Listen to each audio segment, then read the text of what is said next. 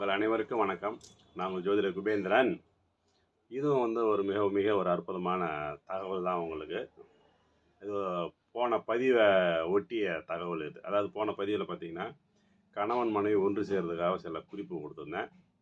அதே போல தான் இதுவும். இதுவும் மிக மிக ஒரு அற்புதமான தகவல். இது உங்களுக்கு கண்டிப்பாக வேலை செய்யும் இது. ஏன்னா இது கல்யாண பூசணிக்காய் வச்சு செய்யலாம் இதை. சரிங்களா? இன்றைக்கி வெள்ளிக்கிழமை, அது சுக்கரனுடைய நாளாக இருக்கிறதால ஆண் பெண் குறிக்கிற பதிவாக வருதுங்க. வேறு ஒன்றும் இல்லை.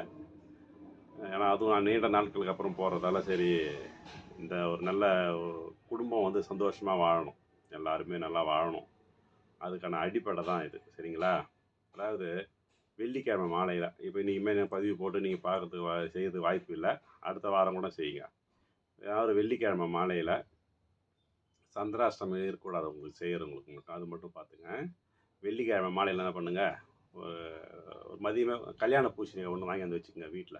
அதை நல்லா சுத்தபத்தமாக வாங்கி அந்த நல்லா கழுவி பூஜை ரூமில் விளக்கேற்றி வச்சுருங்க.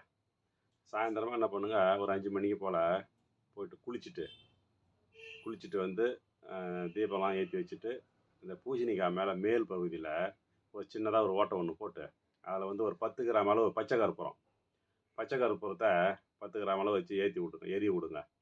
எரி விட்டுட்டு நல்லா கணசார வேண்டிக்கிங்க.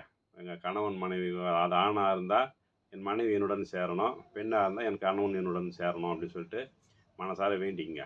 வேண்டிக்கிட்டு அந்த கற்பூரம் நின்னதுக்கப்புறமா அந்த பூசணிக்காய் இருக்கு இல்லையா, கல்யாண பூசணிக்காய், அதை கிழக்கிலிருந்து மேற்கால தாண்டணும்.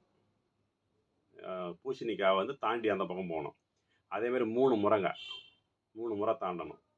நாங்கள் கணவன் மனைவிக்குள்ளே எந்த விதமான இதுவாக இருந்தாலும் சரியாயிடணும்னு சொல்லிட்டு வேண்டிக்கின்னு 3 முறை தாண்டிட்டு, அதுக்கப்புறம் என்ன பண்ணணும், வடக்கு திசையிலேருந்து தெற்கு நோக்கி 3 முறை தாண்டணும். அதே மாதிரி வேண்டிக்கினே தாண்டணும்.